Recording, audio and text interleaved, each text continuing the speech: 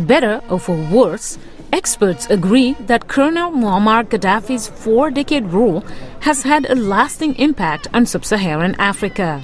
Herman Cohen, a former U.S. Assistant Secretary of State for African Affairs, says there were a number of positive accomplishments. He spent a lot of money supporting Nelson Mandela and the African National Congress and kept them going throughout the difficult years of apartheid.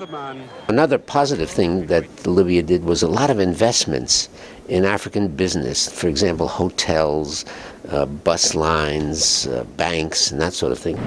But Daniel Serwer, a scholar at Johns Hopkins University, says much of Gadhafi's largesse came with an agenda. Yes, he did extend a hand of friendship to Sub-Saharan Africa, but that hand of friendship was a fistful of dollars for autocrats like him. It was not a generous act, it was an act of buying support. Support for his dream of a United States of Africa, for example, which Serwer says has not gone far.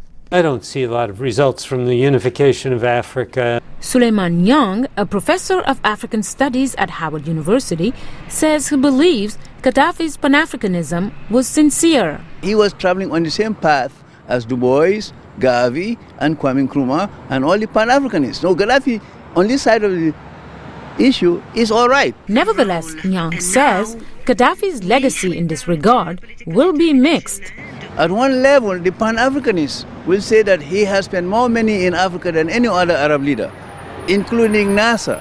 Some Africans will like him for one reason, some Africans will hate him for the other.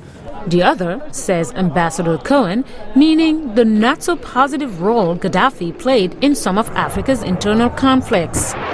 Between 1970 and 1986, he spent a lot of money trying to foment revolution. The biggest influence, negative, was in Liberia, where he sponsored Charles Taylor and that war that went on about 7 years. And Ambassador Cohen adds that was not all. He actually sent troops to occupy Chad, and he was kicked out by some Chadian rebels led by Hissène Habré when Habré was a soldier.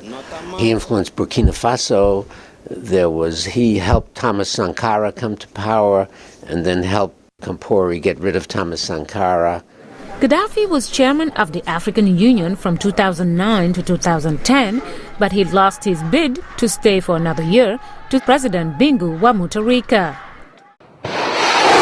And during the recent Libyan unrest, he has also lost support from old allies.